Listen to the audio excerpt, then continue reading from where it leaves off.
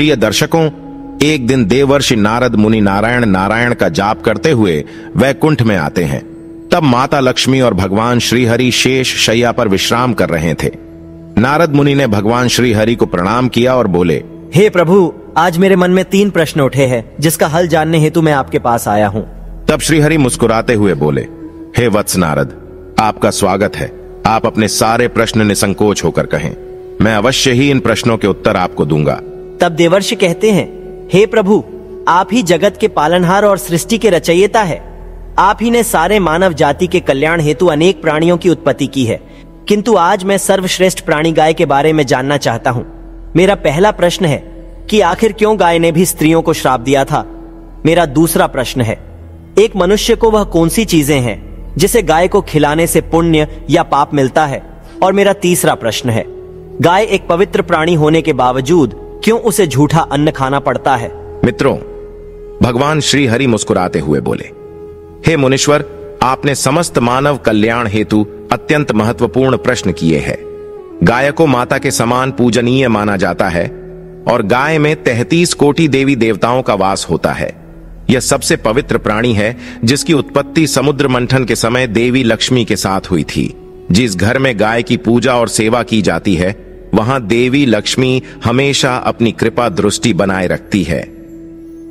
मैं आपके प्रश्नों के उत्तर इस एक पवित्र कथा के माध्यम से देना चाहता हूं। जो भी मनुष्य इस कथा को ध्यान से पूरा सुनेगा, उसके मैं 32 अपराध माफ करता हूं और मृत्यु के बाद उस व्यक्ति को श्री कृष्ण के धाम गौलोक में स्थान मिलता है। तब नारद मुनि कहते हैं, हे प्रभु, मैं इस पावन पवित्र कथा को पूरा ध्यान से सुनूंगा और मानव जाति के कल्याण हेतु मैं इसका प्रसार भी करूंगा। कृपया आप इस कथा को कहें। मित्रों, भगवान श्रीहरि कहते हैं, हे नारद, एक समय की बात है। यस्य देश में एक किसान जिसका नाम ज्ञानू था और उसकी गाय का नाम नंदिनी था। ज्ञानू हर दिन अपनी गाय को चराने के लिए खेतों में ले जाता। उसकी हर रोज नित्य सेवा करता था। नंदिनी भी अपने मालिक ज्ञानू से बहुत अधिक लगाव रखती थी। उसका एक बछड़ा भी था जो हमेशा उसके साथ रहता था। वे दोनों एक दूसरे से प्रेम पूर्वक व्यवहार करते थे। इसी तरह कई सालों तक ज्ञानू अपनी गाय नंदिनी की सेवा करता रहा और नंदिनी भी उसे बहुत सारा दूध देकर ज्ञानू और उसके परिवार का पोषण करती थी। ज्ञानू गाय के दूध को बेचकर अपने परिवार का पालन करता था। फिर कुछ दिनों के बाद ज्ञानू का विवाह गांव के एक किसान की बेटी शालिनी से हुआ। शालिनी दिखने में तो सुंदर थी, लेकिन वह एक लालची और क्रूर स्वभाव की स्त्री थी। जिस दिन वह विवाह करके ज्ञानू के घर आई, तभी से वह ज्ञानू को अपनी मांगे पूरी करवाने के लिए हठ किया करती थी। हमेशा उसे भला बुरा और अपशब्द बोलती थी। वह हर दिन सुबह देर से जागती थी तथा देर से भोजन बनाती थी और बचा हुआ बांसी अन्न गाय को खिलाती थी। मित्रों, भगवान श्रीहरि कहते हैं, हे नारद, फिर एक दिन शालिनी ने स्वयं के लिए कुछ गहने खरीदवाने के लिए ज्ञानू को मना लिया और कहा कि ऐ जी, सुनते हो, हमारे गाय का जो बछड़ा है उसे हम बेच देते हैं। वैसे भी हमें उसकी कोई जरूरत नहीं है। तब ज्ञानू ने मना किया तो वह ज्ञानू के साथ जोर से झगड़ने लगी। बेचारा ज्ञानू उसकी जिद के आगे हताश होकर उसने न चाहते हुए भी गाय के बछड़े को बेच दिया। इस कारण से नंदिनी, गाय और ज्ञानू दोनों बहुत दुखी होकर एक दूसरे को ताकते ही रह गए। मित्रों, फिर कुछ दिन बीतने के बाद ज्ञानू की गाय ने दूध देना बंद कर दिया तो शालिनी ने उसे घर से बाहर निकाल दिया और घर न आने के लिए बहुत से अपशब्दों का प्रयोग किया। मित्रों, भगवान श्रीहरि कहते हैं, हे नारद, गाय एक बेजुबान प्राणी अवश्य है, किंतु वह मनुष्यों के हाव भावों को अच्छी तरह से समझती है और वह वहां से चली गई। नंदिनी अपना जीवन गांव के पास वाले जंगल में व्यतीत करने लगी। जब कुछ दिन बीतने के बाद गाय गर्भवती हो गई और वह अपना जीवन उसी जंगल में रहकर जीने लगी। कुछ महीने बीतने के बाद ज्ञानू की गाय नंदिनी ने यह सोचा कि जब मुझे बच्चा हो जाएगा तो ज्ञानू और उसकी पत्नी शालिनी शायद फिर से मुझे अपने घर वापस ले जाएंगे। इसलिए उसने दूसरे बछड़े को ज्ञानू के खेत में जाकर जन्म दिया। अगले दिन शालिनी जब खेत में आई तो उसने देखा कि नंदिनी गाय ने उन्हीं के खेत में एक बछड़े को जन्म दिया है। तब शालिनी के मन में वह फिर से बुरा ख्याल आया कि अब मैं इसके बछड़े को बेचकर धन कमाऊंगी और दूध से हमारा परिवार सुखपूर्वक जीवन व्यापन करेगा, ऐसा वह सोच ही रही थी। नंदिनी का नवजात शिशु जो अभी अभी जन्मा हुआ था, मां के रक्त से भरा हुआ जमीन पर रेंगने लगा, जिस कारण से उसके शरीर पर कंकड़ों के कारण छोटे छोटे घाव होने लगे थे। अपने नवजात शिशु की ऐसी हालत पर नंदिनी गाय को बहुत असहज महसूस होने लगा और तड़पती हुए अपने बच्चे की ओर देखने लगी, क्योंकि वह कुछ भी नहीं कर सकती थी।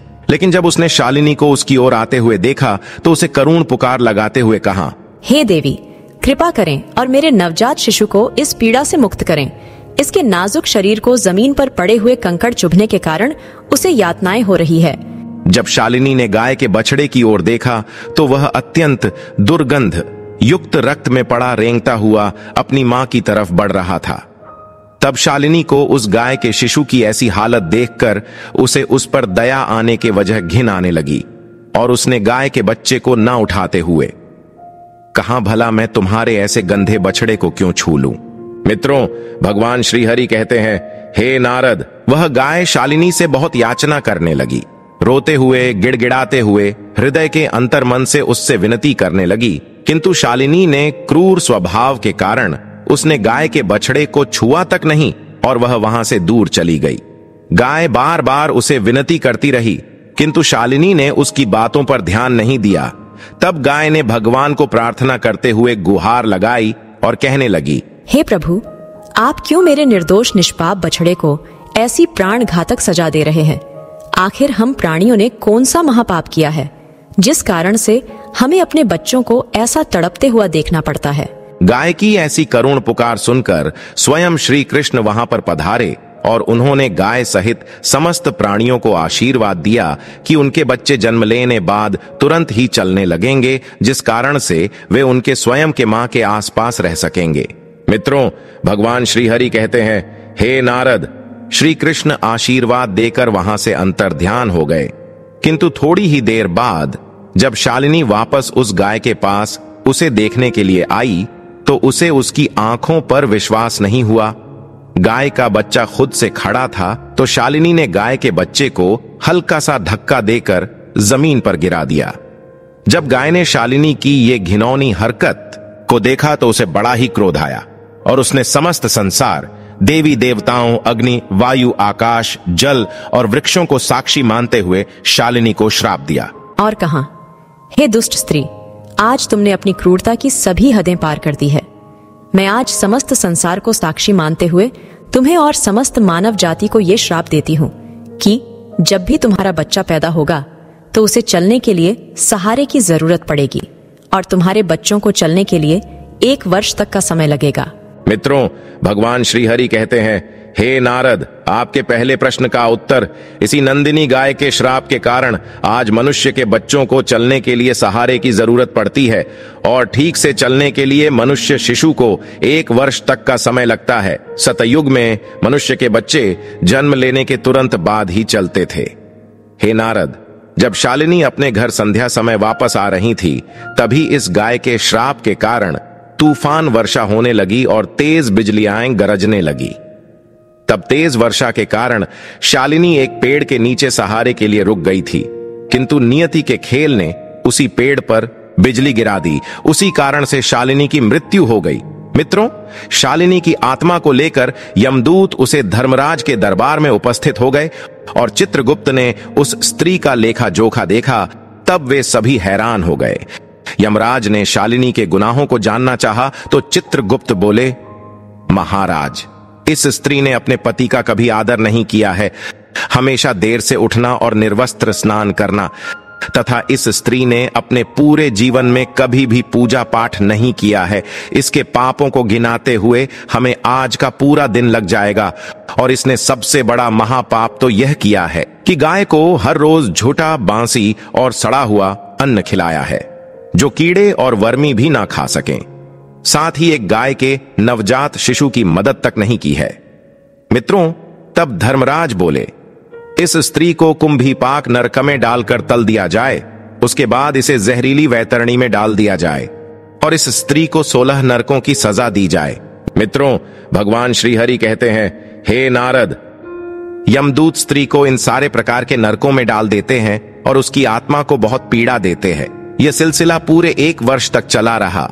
जब उसकी सारी सजाएं पूरी हो गई, फिर धर्मराज ने उस स्त्री को गाय को हमेशा से झूठा सड़ा हुआ अन्न खिलाने के कारण उसे सूअर की योनि में जन्म लेकर हमेशा कीचड़ में रहने का और दुर्गंध युक्त पदार्थ खाने का आशीर्वाद दे दिया। मित्रों, भगवान श्री हरि कहते हैं, हे नारद, जो भी स्त्री या पुरुष गाय को झूठा या सड़ा हुआ अन्न खिलाते हैं, उन्हें नरक में जाना पड़ता है और कई प्रकार के कष्ट भोगने पड़ते हैं। हे मुनि, अब मैं आपको बताता हूं कि आखिर क्यों गाय को झूठा अन्न खाना पड़ा था। यह बात सतयुग की है। जब शिव जी और मां पार्वती समुद्र के किनारे विहार करने गए तो शिव जी के मन में शरारत करने की सूझी। उन्होंने पार्वती से कहा, हे देवी, मुझे अचानक आवश्यक काम से जाना पड़ रहा है। मैं कार्य पूरा करके अभी आता हूं, तब तक आप मेरी यहीं प्रतीक्षा करें। दरअसल शिवजी मां पार्वती को परेशान करना चाहते थे। शिवजी की बात मानकर देवी पार्वती अकेले ही तट पर बैठकर उनकी प्रतीक्षा करने लगी। इसी तरह शाम हो गई और उस दिन शिवरात्रि थी। जब रात तक शिवजी न लौटे तो माता पार्वती ने तट पर ही रेत के शिवलिंग का निर्माण किया और आसपास उपलब्ध पूजन सामग्री से रात भर शिवजी का निर्जला निराहार व्रत संपूर्ण किया। शिवजी सूक्ष्म रूप में वहीं उपस्थित थे और हर गतिविधि के साक्षी थे। सुबह होने पर पार्वती ने समुद्र में रेत के शिवलिंग और पूजन सामग्री का विसर्जन कर दिया। इसके थोड़ी ही देर बाद शिवजी प्रकट हो गए और बोलने लगे कि देवी पार्वती, आपने कल शिवरात्रि थी पर मेरी पूजा नहीं की। पार्वती ने कहा कि मैंने पूजा की है और अभी सामग्री समुद्र में विसर्जित की है। शिवजी अभी भी पार्वती के साथ और ठिठोली करना चाहते थे। उन्होंने कहा कि पार्वती, मुझे तो पूजा का कोई चिन्ह दिखाई नहीं दे रहा है। अगर आपने पूजा की है तो प्रमाण दीजिए। मां पार्वती भी समझ चुकी थीं कि भगवान शिव उन्हें जानबूझकर सता रहे हैं, क्योंकि जो जगत की हर घटना का साक्षी है उसे प्रमाण की क्या आवश्यकता है। देवी पार्वती भी इस हंसी मजाक का भरपूर आनंद ले रही थीं। शिवजी की बात सुनकर माता पार्वती ने आसपास देखा तो उन्हें एक गाय खड़ी दिखाई दी। उन्होंने शिवजी से कहा कि यह गाय मेरी साक्षी है। जब मैं पूजा कर रही थी तो यह गाय यहां उपस्थित थी।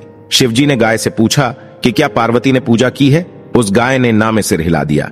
शिवजी ने कहा, पार्वती, आप असत्य कह रही हैं। गाय ने आपकी गवाही नहीं दी। शिवजी के सामने स्वयं का अकारण झूठा साबित होना पार्वती सहन नहीं कर पाई और क्रोध में आकर उन्होंने उसी वक्त गाय को श्राप दे दिया।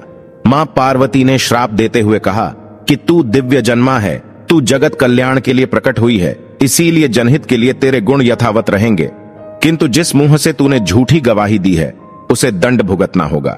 झूठ बोलने के कारण अब से झूठन ही तेरा आहार होगी। इस तरह झूठ बोलने से गौमाता क्रोध की भागी बनी और आज तक उनकी संतति अच्छा भोजन प्राप्त होने के बावजूद भी झूठन खाने के लिए बाध्य हैं। मित्रों, भगवान श्री हरि कहते हैं, हे नारद, अब मैं आपको गाय के विषय में महत्वपूर्ण जानकारी देता हूं। अक्सर मनुष्य गाय से पुण्य पाने के लिए कई प्रकार के व्रत पूजा पाठ करते हैं, किंतु उन्हें एक गाय को ये कुछ चीजें भूलकर भी नहीं खिलानी चाहिए। द्वार पर आई गौमाता को कभी भी बिना रोटी खिलाए जाने ना दे। गौमाता को रोटी और ताजी हरी घास खिलानी चाहिए। यूं भी हम हर दिन पहली रोटी गौमाता की बनाते ही है, इसलिए हमेशा उस रोटी को प्यार से गौमाता को खिला दें। गौमाता को रोटी खिलाने से हमें बहुत पुण्य मिलता है। गौमाता को कभी भी बासी और सड़ा गला खाना नहीं खिलाना चाहिए।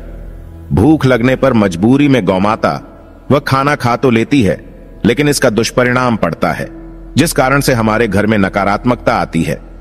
गौमाता यह एक शाकाहारी पशु होती है, इसलिए कभी भी गौमाता को जबरदस्ती मांसाहार खिलाने की चेष्टा भी नहीं करनी चाहिए। ऐसा करना महापाप के समान होता है। हमारी कुंडली में दोष है, जिसके कारण हमें लगातार परेशानियों का सामना करना पड़ रहा है, तो गौमाता को रोटी खिलाते समय कुछ उपाय कर सकते हैं। जैसे यदि कुंडली में चंद्र दोष है तो आप रोटी पर सफेद मक्खन, नमक या घी लगाकर गौमाता को खिलाएं। यदि कुंडली में शनि दोष है तो रोटी बनाते समय आटे में थोड़े से काले तिल मिलाकर आटा गूंधे और इस आटे की ताजी रोटी बनाकर शनिवार या अमावस्या के दिन गौमाता को खिलाएं। इसी तरह मंगल या गुरु दोष हो तो रोटी के ऊपर हल्दी लगाकर गौमाता को खिलाएं। ये उपाय करने पर हम इन सभी दोषों के दुष्प्रभाव से काफी हद तक अपना बचाव कर सकते हैं। गौमाता को प्रतिदिन रोटी और घास खिलाने से लाभ होता है और पितृदोष से भी मुक्ति मिलती है। इसी तरह कुंडली में यदि शनि की 7.5 या महादशा है तो हर शनिवार को और अमावस्या को काले रंग की गाय को घास या रोटी खिलाएं और उसकी पूजा करें। इससे शनि दोष कम होता है। गौमूत्र यानी कि गाय का मूत्र बहुत ही उपयोगी, पवित्र और स्वास्थ्य की दृष्टि से अत्यंत हितकारी होता है। आध्यात्मिक दृष्टि से तो गौमूत्र का महत्व है ही, साथ ही वैज्ञानिक और स्वास्थ्य की दृष्टि से भी गौमूत्र के बहुत से लाभ बताए गए हैं। गौमूत्र में बहुत से खनिज पदार्थ और स्वास्थ्य वर्धक तत्व होते हैं जो हमारे शरीर की शुद्धि करते हैं और बहुत से रोगों से भी बचाते हैं। साथ ही गौमूत्र छिड़कने से वातावरण में शुद्धता और पवित्रता व्याप्त हो जाती है। इसीलिए हमारे शास्त्रों में शरीर को निरोगी रखने के लिए प्रतिदिन गौमूत्र का सेवन करने तथा घर में गौमूत्र छिड़कने के लिए कहा गया है। गाय के दूध, दही, घी, गोबर और गौमूत्र से बनने वाले मिश्रण को पंचगव्य कहते हैं। पंचगव्य को पापनाशक कहा जाता है और हमारे हिंदुओं की एक धार्मिक विधि प्रायश्चित करने में उपयोग किया जाता है। पंचगव्य को बनाने वाली सभी वस्तुएं अत्यंत उपयोगी होती हैं, जो स्वास्थ्य के लिए लाभदायक तो है ही, साथ ही औषधीय गुणों से भी भरपूर है। मित्रों, भगवान श्री हरि कहते हैं, हे नारद, मैंने आपके सारे प्रश्नों के उत्तर दिए हैं। तब नारद मुनि कहते हैं, हे प्रभु, मैं धन्य हो गया। आपने मुझे दिव्य ज्ञान से मेरी सारी शंकाओं को दूर किया है। मैं इस दिव्य ज्ञान का प्रसार समस्त मानव जाति के कल्याण हेतु अवश्य करूंगा। तो मित्रों, आशा करते हैं कि आपको यह कथा अवश्य पसंद आई होगी। तो वीडियो को लाइक करें और कमेंट में जय श्री कृष्ण अवश्य लिखें। आप सभी का धन्यवाद।